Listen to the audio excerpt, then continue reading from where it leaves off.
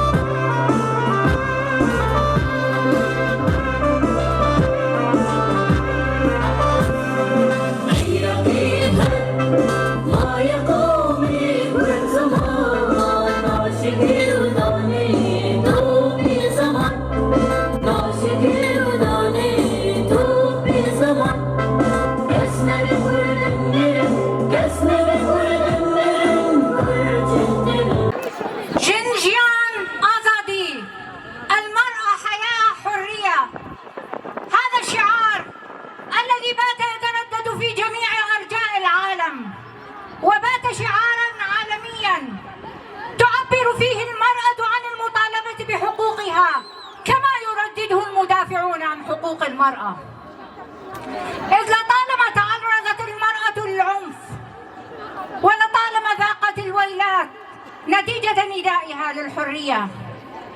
تحت هذا الشعار شقت ثورة عارمة في شرق كردستان وإيران طريقها وبقيادة المرأة ضد نظام الملالي في إيران، وذلك احتجاجاً على اعتقال الشابة الكردية ذات 20 عاماً وتعذيبها على يد شرطة الأخلاق مما أدى إلى استشهادها، إذ لطالما سعت الأنظمة القمعية الاستبدادية إلى تعزيز وجودها وتمكين أركان عرشها، وذلك عن طريق فرض سياسة الإنكار على المرأة واستخدام العادات والتقاليد كذريعة لفرض طوق العبودية عليها.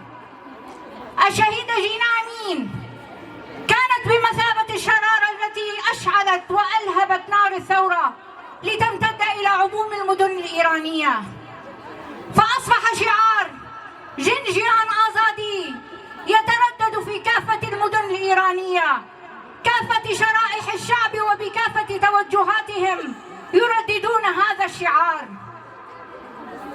إن هذه الثورة هي ثورة هزت عرش الملالي في إيران. هذه الثورة كانت ليست مجرد تمرد أو احتجاج، إنها ثورة ضد فرض القيود الاجتماعية التي فاقت في حدودها التشدد والتزمت، فاقت في حدودها كل حدود التعسف لتصل إلى حد القتل ووأد الحريات. إنها انتفاضة المرأة الحرة ضد كافة الأنظمة القمعية الاستبدادية الرجعية والمناهضة لحقوق المرأة. لقد كان لها تأثيراً كبيراً على كافة النساء في العالم، بثت فيهم روح الأمل والتفاؤل لمجابهة كافة الأنظمة المستبدة وللوقوف في وجهها ولمكافحة كل أشكال العنف الممارس ضدها. إنها ثورة المرأة بحق.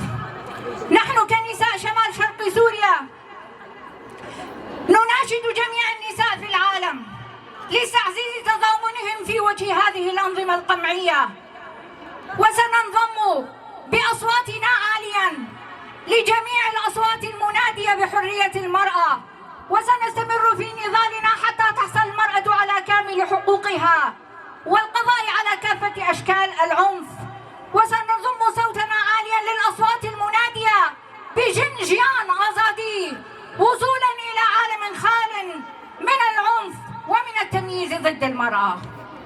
مرة ثانية تكون العاصمة الفرنسية باريس مسرحا لجريمة جديدة ولمجزرة جديدة ترتكب بحق أبناء الشعب الكردي.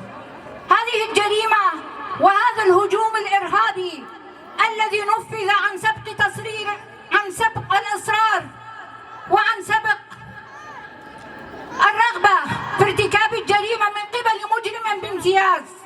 هذا المجرم استهدف أبناء الشعب الكردي، استهدف الشهيدة أفين في الوقت الذي نتحضر فيه لاستقبال ذكرى شهادة الرفيقات الثلاث في مجزرة باريس الأولى، والتي استشهد على إثرها المناضلات الثلاث ساكنة جانسز فيدان دوغان وليلى شيلمرز. إن استهداف الشهيدة أفين لم يكن محض الصدفة أبداً. الشهيدة أفين القيادية في حركة المرأة واستهدافها من قبل الدولة التركية له إصرار على القضاء على حركة المرأة. استهداف الشهيدة أفين وذلك بسبب النشاط المتنامي في باريس وحملة جنجيان آزادي والتي عمت جميع أركان العالم، أصبح صداها يتردد في جميع أنحاء العالم. وأيضا تريد إرهاب الشعوب، وذلك عن طريق القضاء على حركة المرأة واستهداف الناشطات والقياديات في حركة المرأة واستهداف الرموز في حركة المرأة. إننا ندعو الحكومة الفرنسية إلى تحقيق العدالة، وذلك بإجراء التحقيقات العادلة وكشف ملابسات القضية وإعلانها بكل صدق وشفافية أمام الرأي العام.